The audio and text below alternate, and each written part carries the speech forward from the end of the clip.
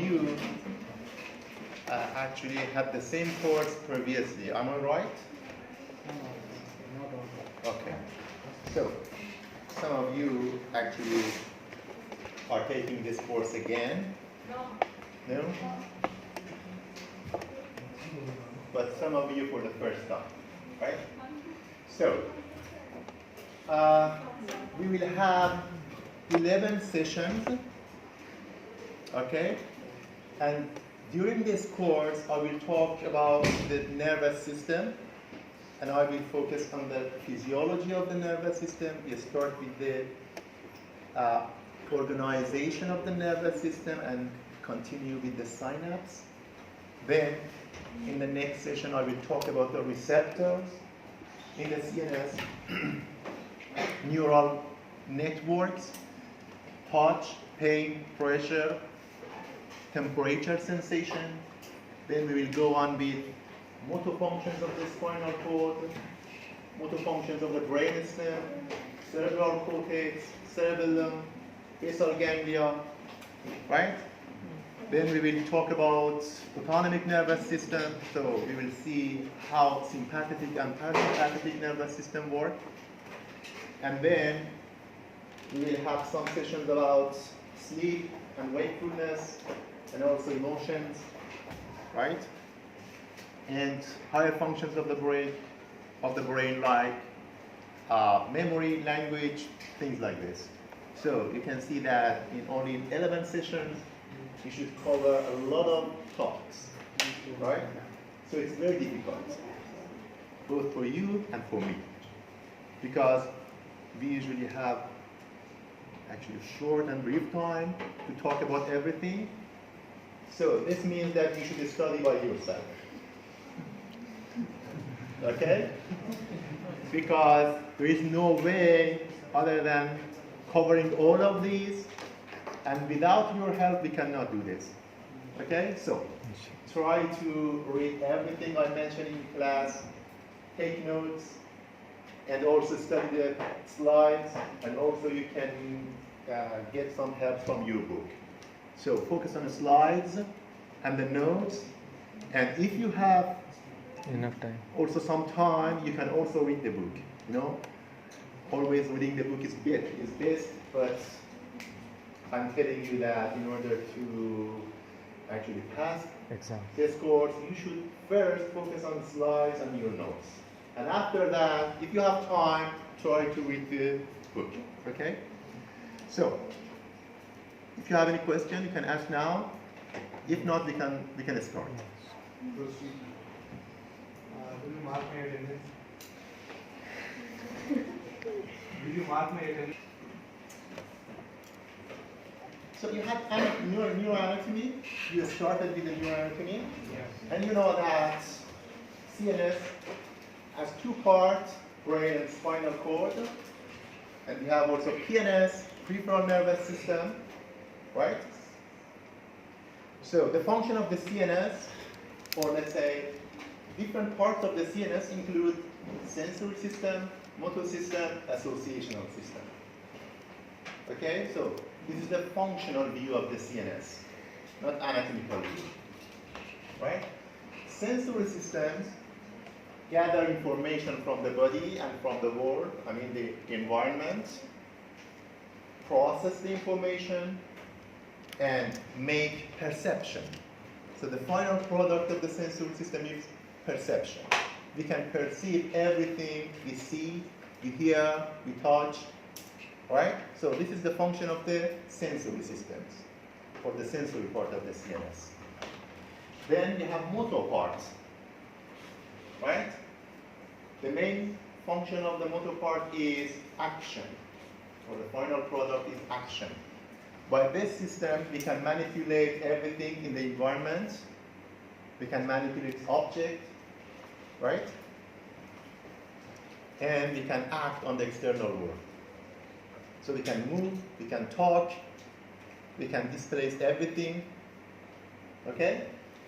And we have associational systems that provide a link between the sensory systems and motor systems.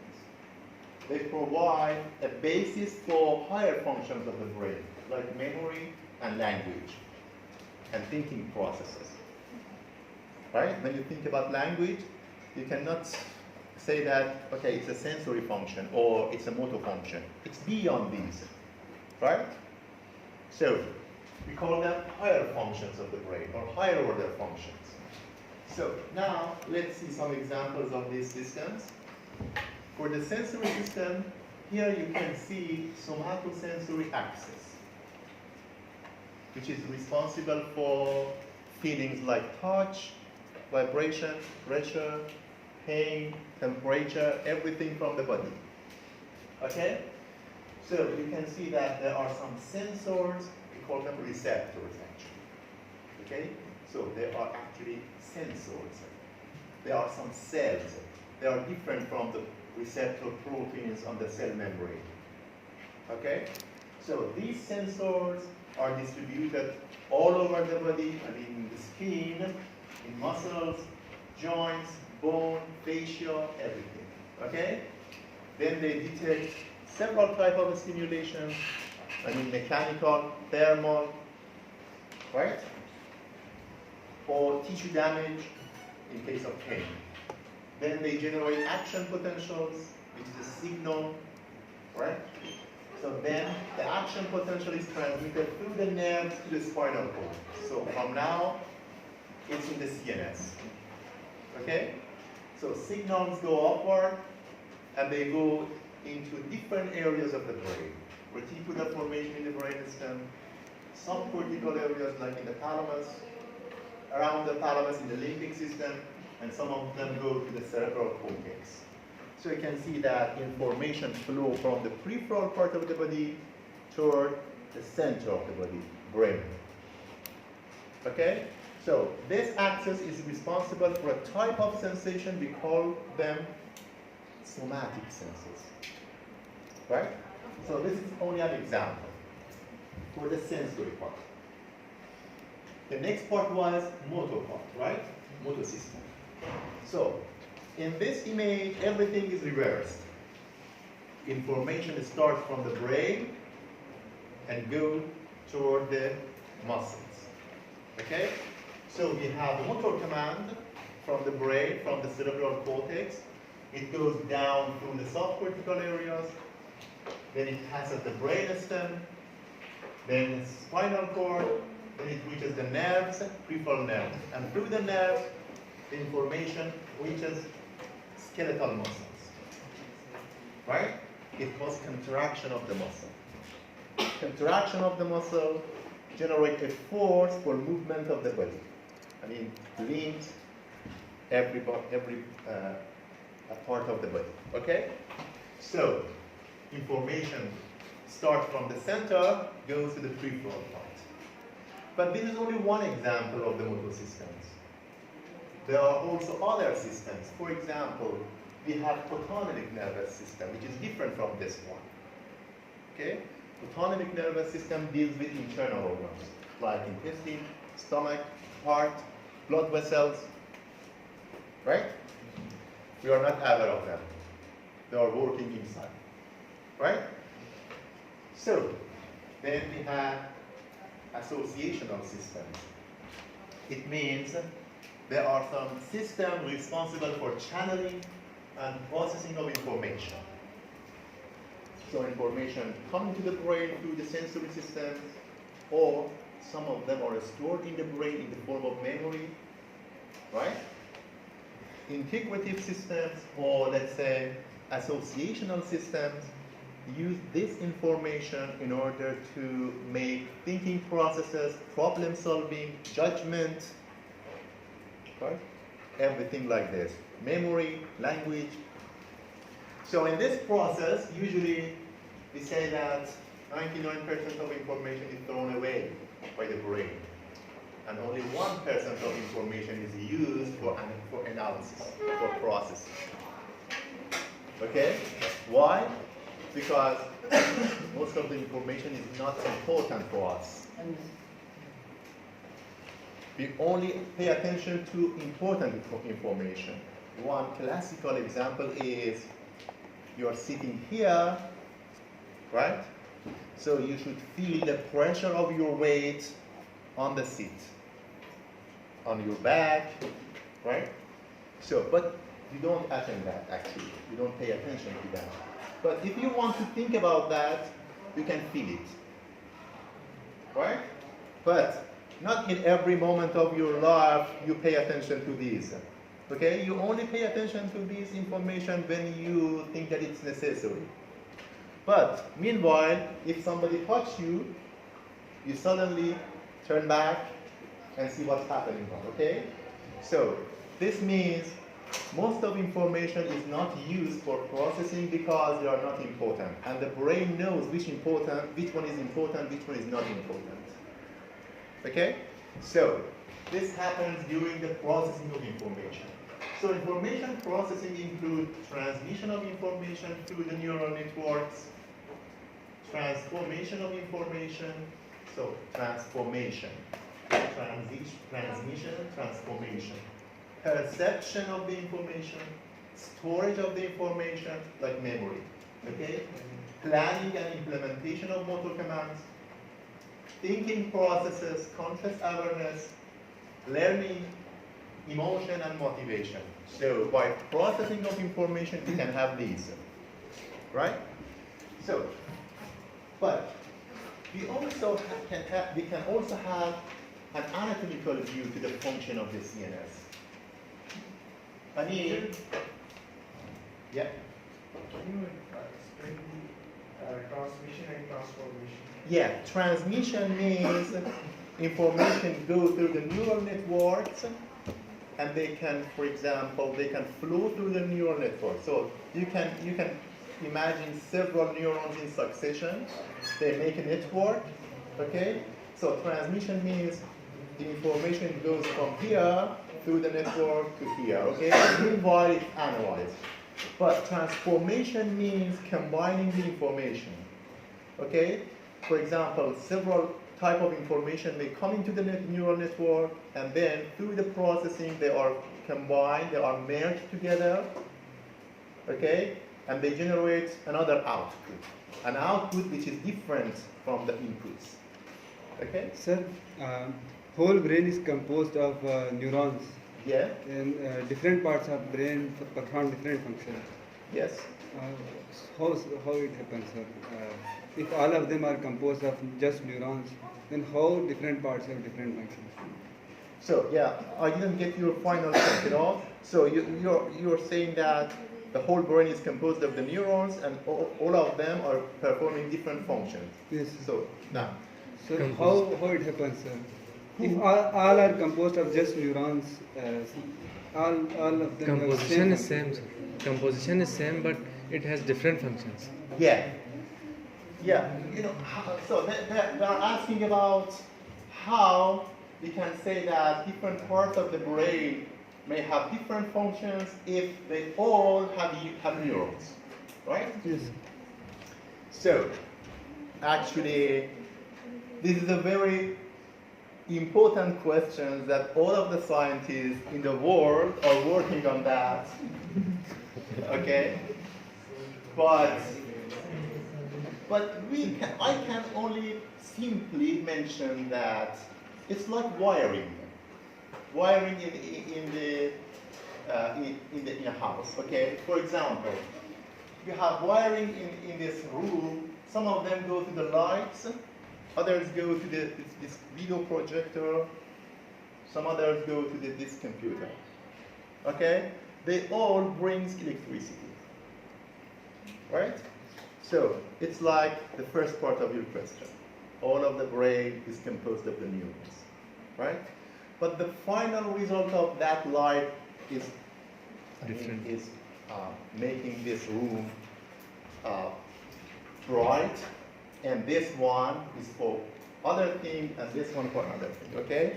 So something like that is happening in the brain. It depends on the location, on the final location.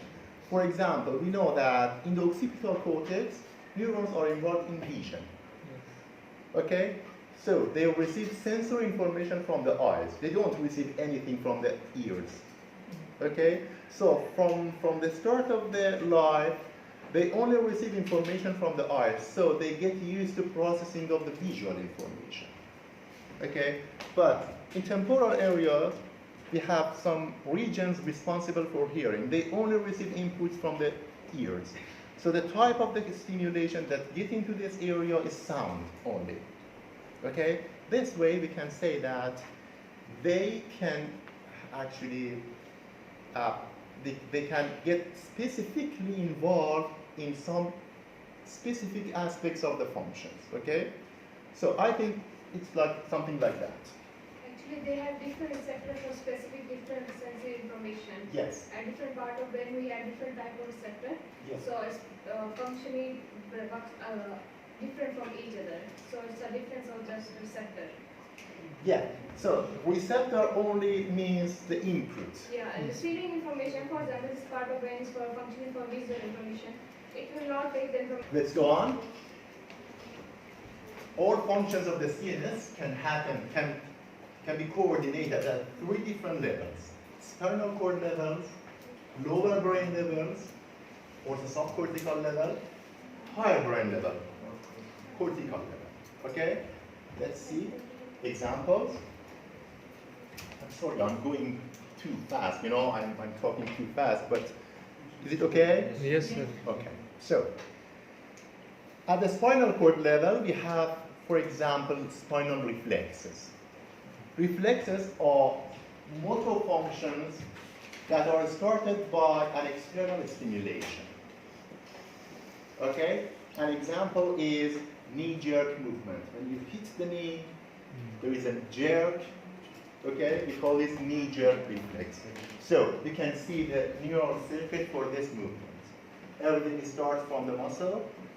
Information goes to the spinal cord. Then it come back again to the skeletal muscle. So the same muscle that actually detected the stimulation is involved in a contraction. So we say that stretch of a muscle causes interaction. Okay? So look at this. All neurons responsible for this movement are located in the spinal cord. The brain doesn't have anything to do with this. Okay? So you can say that if you disconnect the brain and the spinal cord itself can do this function. Okay? So some actions are controlled only by the spinal cord, like reflexes, for example, walking movements. Okay, so we have several reflexes, like withdrawal from painful objects, reflexes that stiffen the legs to support that against the gravity, reflexes that control the local blood vessels, GI movements, urinary excretion. So all of these reflexes are controlled by the spinal cord reflex, right? The next example, at the subcortical level. Okay? For example, you know that from the respiratory physiology, you should remember that we have centers in the medulla and pons that are responsible for control of breathing, right? Yes. So this is a movement, breathing.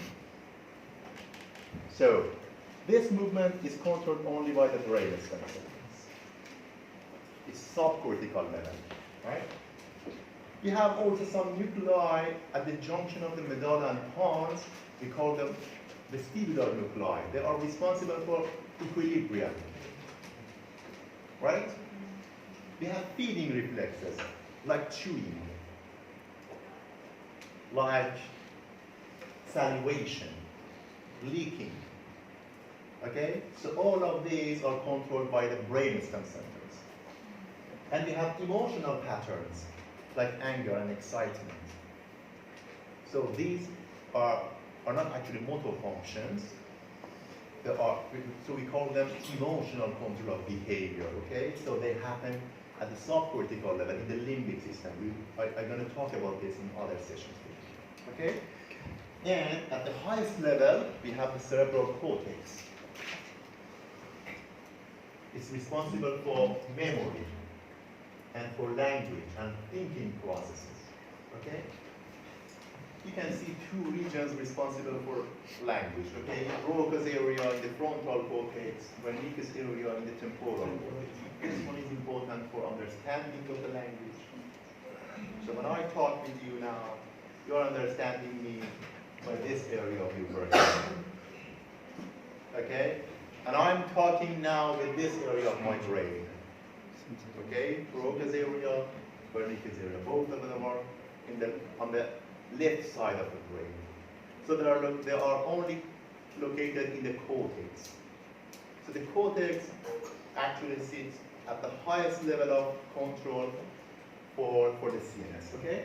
So this was only an introduction to the CNS. Okay? Do you have any question with this? Continue? Good. So all of these functions are actually performed by neurons, as he mentioned. Right? So and you know that all neurons have dendrites, soma, and axon. So dendrite serves for collecting information. So it's an input neuron. Right? Dendrite and soma process the information. They can merge the information, transform the information. Okay? Then, so the processing unit of the neuron is the cell body, and somehow dendrite. Okay? Then we have output of a neuron, which is the axon. So all neurons in our brain have these different types, right? So actually we have a long history of these, but I don't want to mention them, okay? It's only history. You can read it by yourself in the slides, okay? But although all neurons have dendrites, soma, and axon, they are not all the same, right? We have different types of neurons, like here you can see a type of neuron called unipolar neuron. It has soma and axon. Only this, there is no dendrite here. We have bipolar cell, right? It has one soma and two processes, right? So we have several of these neurons in the retina, eyes. This one is another bipolar cell. It has two processes, but one of them has several dendrites, several branching of the dendrites. For example, this one is a retinal ganglion cell, right? This one is another one called amacrine cells. Soma and dendrite, no axon. Dendrites can make connections with other dendrites of the same cells in the retina, and they can communicate with each other through the dendrites, right? Here you can see a pyramidal cell in the cortex. So this one is the cell body, very small. Very large dendrites, axon, and the axon has some branches also, right? The Purkinje cell in the cerebellum, small cell body, a huge dendritic tree, and one axon, which has a collateral. Collateral means a branch that goes back. Okay? So all of these have dendrites, soma, axon, but they are not of a one identical shape. Okay? We have different forms of the cells. So they do different functions also. Okay? We can see some of them in the following slides. But not all cells in the CNS are neurons. We have also glial cells, right? You can see some of them here. Oligodendrocytes are responsible for generation of blood. So, I'm sorry, yeah, you're right. They are important for myelination, but in the CNS, right? And we have microglial cells, right? They are similar to macrophages in the brain. We have Schwann cells for myelination in the PNS, right? astrocyte for BBB, blood-brain barrier. So this one is microglial cells, right? And so we have several types of these neurons, but they are not neurons, cells. They are supporting cells. They do not generate signals, right? So they don't make action potentials. So the main type of cell in the CNS is the neuron, but glial cells are supportive cells. But I think it's better to talk about the main topic of our session today, and it's the synapse. Okay? You're familiar with the synapse because you have it in the cell physiology when you have seen the neuromuscular junction. It's a synapse between an axon and muscle fiber, skeletal muscle fiber. You remember that an axon comes to the muscle, it divides several branches into several branches, right? Each branch make contact with one fiber, right? It releases Neurotransmitter. which neurotransmitter? Acetylcholine. Acetylcholine binds to nicotine receptors. Remember?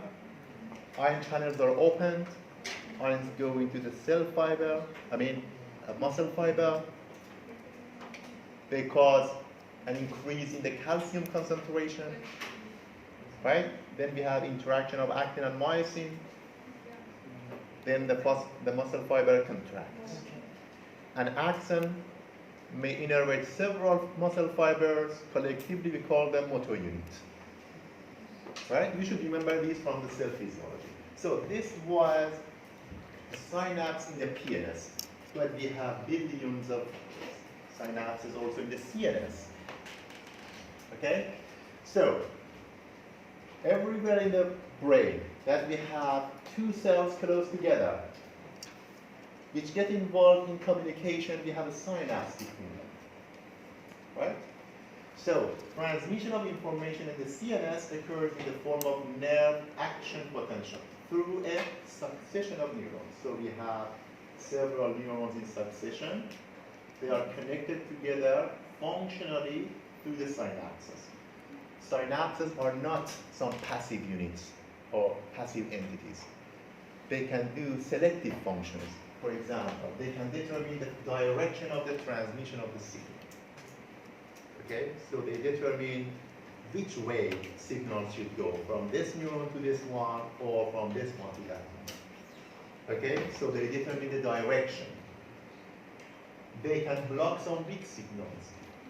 They can allow stronger signals to pass, right? They can amplify signals. So there may be some weak signals that come into this synapse, and the synapse amplify it, increases the amplitude of the signal, and then pass it, right?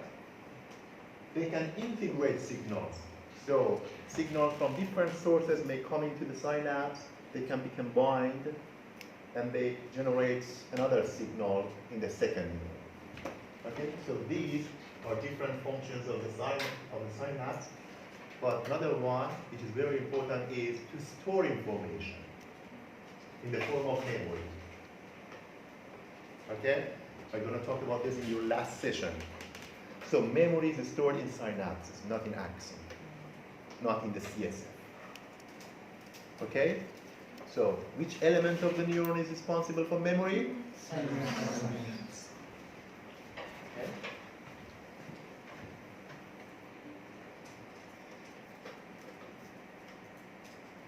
I don't know why, when I ask you the same question in the final exam, you usually fail. It's very easy, you know? But I usually make the questions complex for you because I should give you some misleading clues in the question, okay? So that's why you cannot get the questions right, you know? So, try to read more, okay? And Yeah, two types of synapses, electrical synapse, chemicals. You can see the concept here. Two neurons are connected together, right? So this is one cell, presynaptic, postsynaptic cell. There are some channels between the cells.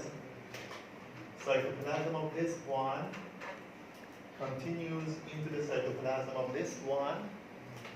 So any electrical signal through the membrane can go through this channel to the next cell.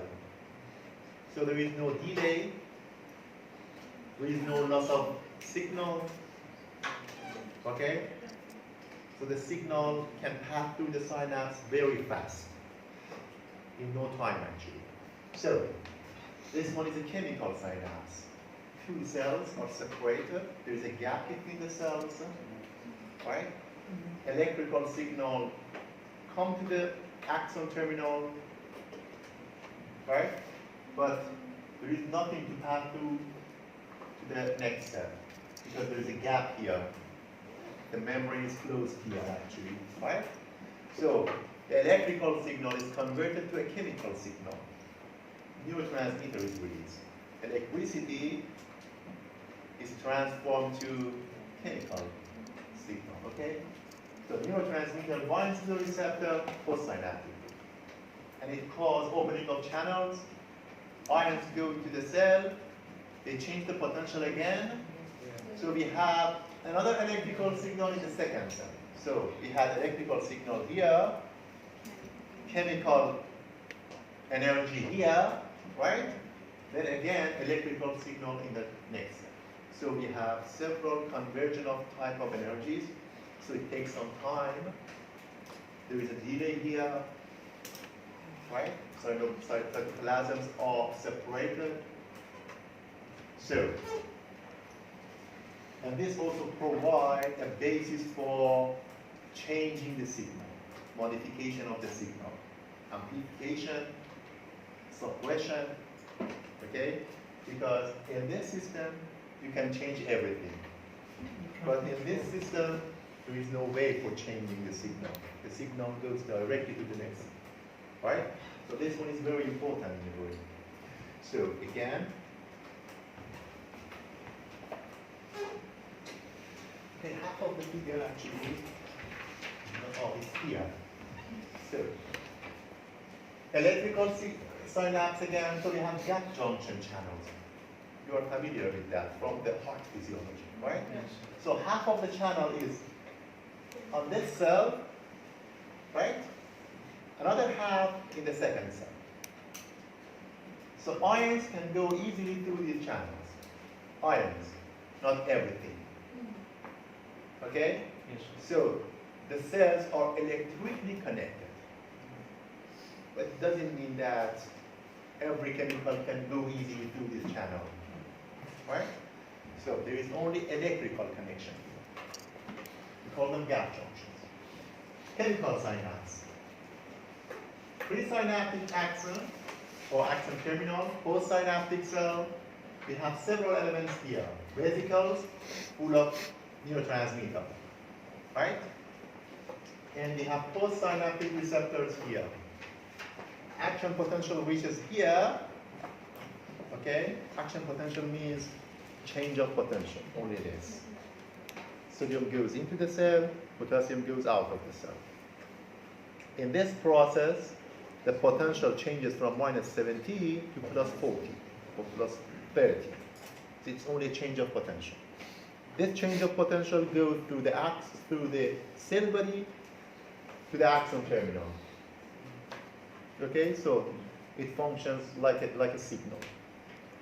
So one neuron signals the next neuron, right, about something, right?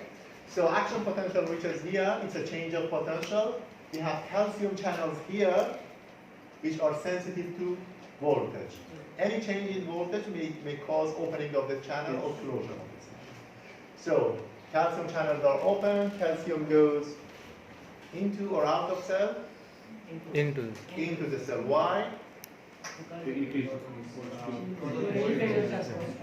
Change in the voltage. Change in the voltage. So we have two forces, right? Chemical force, concentration gradient, right? We have more calcium out of the cell. And inside the cell is negative also, and the calcium has positive ion, has positive charge, right? So we have more calcium here. So when it's open, it can go into the cell, right? Inside the cell is negative, so it pulls the calcium into the cell, right? So calcium goes into the cell, concentration goes up. It causes activation of proteins involved in exocytosis. So exocytosis doesn't happen automatically without aid of the proteins, okay? We need some proteins to actively cause exocytosis. These proteins are calcium sensitive. When calcium levels goes up, these proteins are activated, they cause exocytosis. Then we have release of the neurotransmitter. Neurotransmitters bind to the postsynaptic receptors, ions are open, go into the cell, again we have change of potential, right? So these are chemical synapses. You can see some real image from a synapse. So first focus on this one. You have a spine A, you know a spine on dendrites. You have a lot of dead spines on dendrites, right? Spine A is connected to spine B through electrical synapses. You can see that. So here you can see two lines, right? Can you see that? There are two lines. Okay? Please pay attention here. Okay? So there are two lines here. I'm not sure if you can see this. Okay, so these are two different membranes close together. But when you focus on this, you can see that they are attached together. Okay? So there are gap junctions that connect these two membranes together. So here we have electrical synapses. But here you can see some chemical synapses. So two different membranes, presynaptic, postsynaptic. These are some vesicles. This one is mitochondria. Okay, so there's a gap between the cells. So this one is a better figure. You can see the vesicles, right? Mitochondria. Presynaptic membrane, postsynaptic membrane. You can see there that here you have a darkness, another one here. We call this presynaptic density, postsynaptic density. Both of them are collectively called active zone. Right? So presynaptic density, postsynaptic density. In the presynaptic density, we have proteins involved in exocytosis. In the postsynaptic density, we have receptors and postsynaptic ion channels. Right? You cannot see under the microscope every single channel. It's not possible actually. Okay, but you can see a darkness, which is the collection of these proteins. Okay, so we call this active zone. This means that the release of the neurotransmitter only happens here. So here you don't have the release of the neurotransmitter. So you don't have any protein to exocytose this the vesicle here. Right? So vesicles can only go this way and they are released only here. So this is the active zone of the synapse. Right? In the presynaptic, which thing is responsible for the exocytosis? Proteins, there are several proteins. Okay? I don't want to name them, I don't want to talk about them. Okay, it's good actually. For example, synaptophysin, one of the proteins. Right? So there are several proteins, so we know most of them. Okay, so the properties of these proteins actually was discovered previously. So there are a lot of things and details about these proteins. Okay, in your book it's not mentioned actually. So they are all activated by calcium.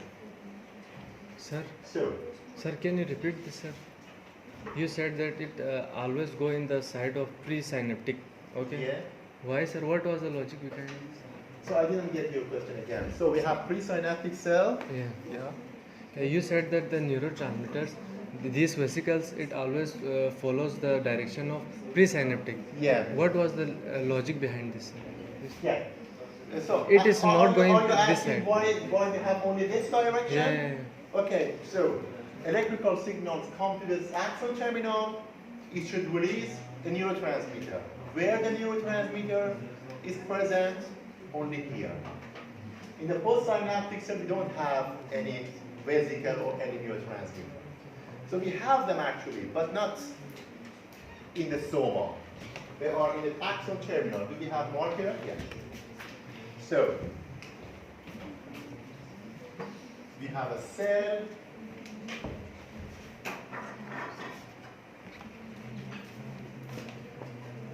Okay, axon terminal. Another cell here. Axon terminal. Right? Vesicles are only present in the axon terminal.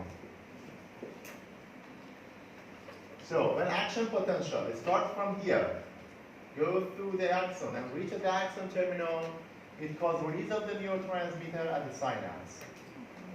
Right? So when this cell is activated, again, action potential is generated here, it goes through the axon, reaches the axon terminal, and here we have vesicles. So vesicles release neurotransmitter on the third neuron. Okay? So this means the only way for transmission of the signal is from this cell to this cell and from this one to that one. Okay? So if the action potential goes back to this neuron, there is nothing here to be released here. Right? So vesicles are only present in the axon terminal. So this determines the direction of signal transmission. In an electrical synapse, you don't have this. Yeah, bilateral. Yeah. So Bidirectional. both of the cells are connected together, right? So we have gap junctions here.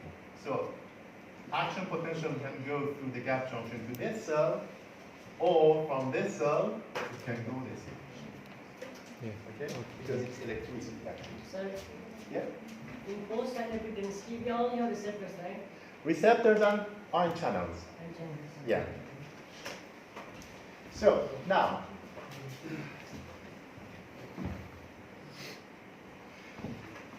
let's see the sequence of events again in the chemical synapse. Action potential is generated in the soma. It comes through the axon, reaches the axon terminal, causes opening of what? Neurotransmitter. Calcium channels. Calcium channel. So these are calcium channels. And the red spots are calcium. They go into the cell, right? Calcium is inside the cell. It activates proteins involved in exocytosis. So we'll have exocytosis. Neurotransmitter is released, right? Neurotransmitters bind to the receptors, postsynaptic receptors. They open the channels, ions go into the cell, postsynaptic cell, right? We have a change in potential here in the next cell, which is similar to this. Okay? Action potential is like this. We have depolarization, repolarization, hyperpolarization, right? It's very large change of voltage. We start from minus 70 to plus 40, about 110 millivolts, right? But this potential generated by these ions is called postsynaptic potential or synaptic potential. It's very small. It starts from minus 70 to plus 55. It's only 15 millivolts. So this one is very larger than this one. Okay? So it's only present in the synapse. It's not action potential yet. Several of these combine together and activate the ion channels to generate action potentials. They are not converted to action potential. They elicit action potential. They start action potential. I'm going to talk about this. Okay? So, Sir, yeah. so is it possible that one axon can make synapse with many post-synaptic areas? Yeah, we have this. Yeah. One axon Yes, yes. may have, for example, may have several branches, and these branches make synapse with several neurons. We have this actually, and we will see this. Okay? So, let's summarize the events in a chemical synapse. First, I start, action potential. Then, Opening of calcium channel. opening of calcium channels. Calcium. Enters. So, what happens to the calcium? Calcium Enters. Into the cell or out of the cell? Into the cell. presynaptic. Calcium goes up, right? Activate what? Protein Proteins. synthesis for exocytosis. For exocytosis. Then we have Release of neurotransmitter. exocytosis, which releases what? Neurotransmitter. Neurotransmitter binds to postsynaptic receptors. Then we will have opening of Sodium channel. ion channels, maybe sodium. Okay. Okay, there may be other channels also. So, in the postsynaptic cell, because of the entrance of ions, we will have action potential. synaptic potential. Change of potential, which is called synaptic potential. So this is the sequence of events in a chemical synapse. So, now let's compare electrical synapse, chemical synapse. Do we have some significant distance between the cells in a chemical synapse or also in the electrical synapse? Only chemical. The chemical synapse. So the distance in an electrical synapse is about 4 nanometers. It's very small. But at the chemical synapse, it's about 20 up to 40. Right? So it's significant distance between two cells. And cytoplasms are connected at an electrical synapse, but are separated at the chemical synapse.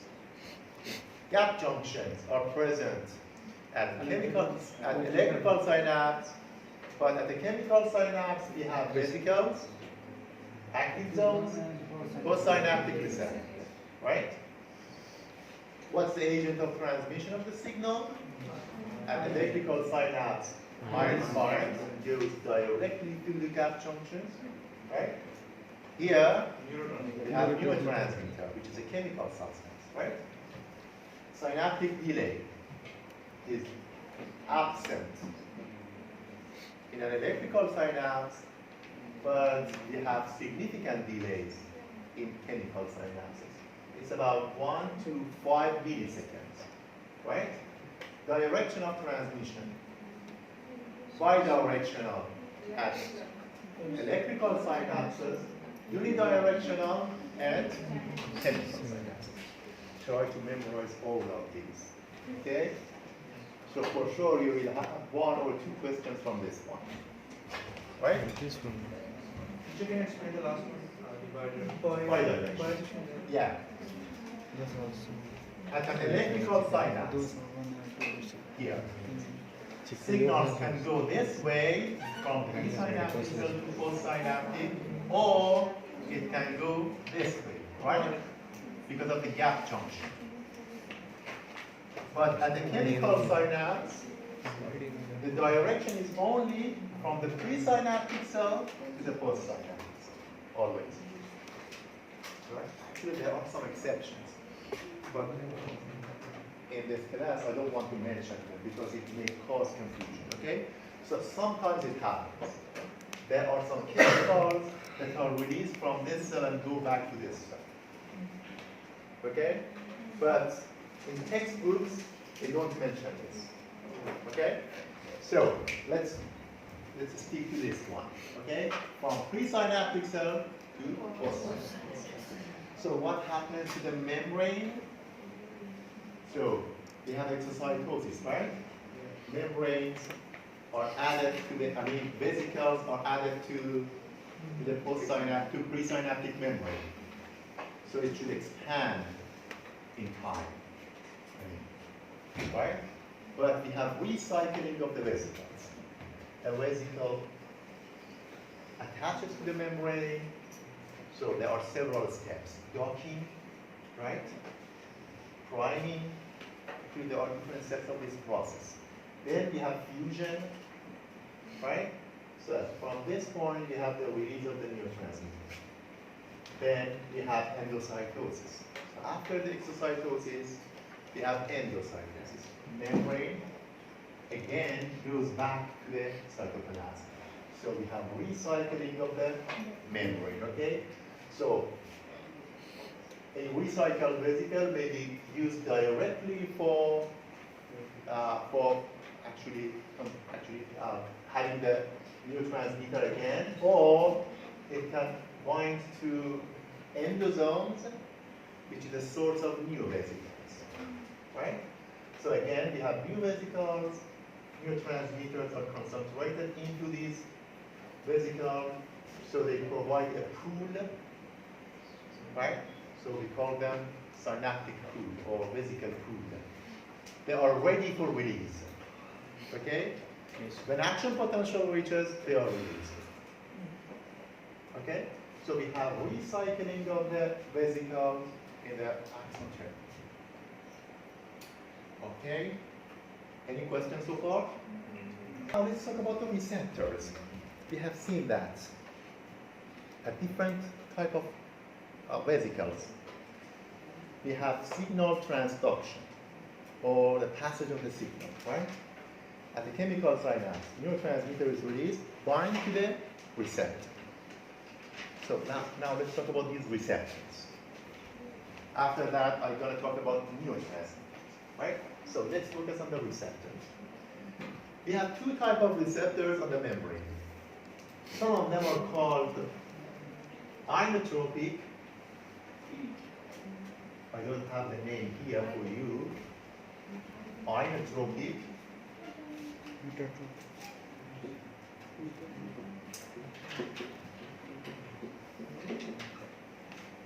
Okay. The second type is called metablotropic.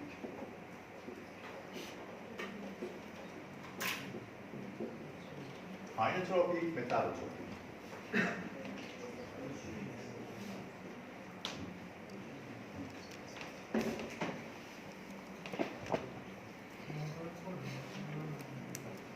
What's the basis of this division actually? So, any receptor has two parts.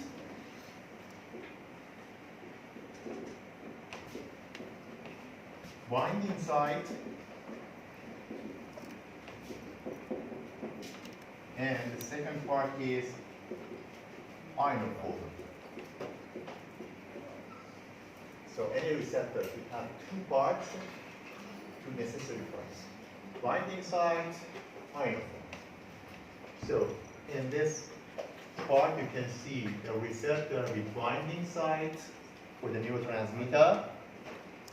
Okay, so the neurotransmitter only can bind to this part. So this neurotransmitter cannot bind to this part, or this one, or here. Okay, there is only one specific region for binding of the neurotransmitter. Right? So we call this binding site. And we have ionophore, a pore or a passage for the ion. Right? So, in ionotropic receptors, both of these are present in one single protein. So in one protein, we have both of them. Binding site, ionophore. So this one is called ionotropic. Right? But in other type of receptors, these two components are separated. So in these two points, okay? So here you can see a protein which has only binding site right? There is no ionophore here. Then another protein which has ionophore. So two components are separated, but they are connected together by way of some second messenger systems, right? So neurotransmitter bind to this one, activate the second messenger system. The second messenger system carries the signal to the ionophore. An ionophore can be opened or closed. Okay? So this system is called metabotropic receptor. This one is called ionotropic receptor. So other names are, for example, here we have ligand-gated ion channels or ligand-gated ion channels. This one is G14 coupled receptors. Let's talk about the G14 coupled receptors. Okay. So this is the cell membrane, the receptor, right? Binding site is here. Ionophore is here. We have a protein inside the cytoplasm called G protein. It has three subunits: alpha, beta, gamma. This takes it. بله اجازه میدید من این اسلاید رو بگم بعد استراحت کنید؟ باش من اینو میگم بعد شما استراحت کنید. Okay. So look at this. We have G protein inside the cytoplasm that have three different subunits: alpha, beta, and gamma. We call them G protein because they bind GDP, guanosine diphosphate. It has two phosphates, right? So this is the resting state or the inactive form of the protein. When the neurotransmitter is released from the presynaptic cell, then it binds to the receptor. It causes a change in the three-dimensional structure of the protein. Okay? So the protein is changed. So for example, this one is a protein, right? Neurotransmitter binds to the protein, there is a structural change. Okay? So this change in structure exposes an area for binding the G protein. So in the resting state, the binding site was hidden. When the neurotransmitter binds, there is change in the structure, now it's exposed. G protein can bind it. Okay? So G protein binds to the site. After that, a GTP takes the place of GTP. GTP is dissociated, GTP binds, right? It has three proteins, guanosine, triphosphate. So, when GTP binds, alpha subunit is separated. Now it's active, okay? And this subunit can do several things. In some cells, it can do this, opening up potassium channels.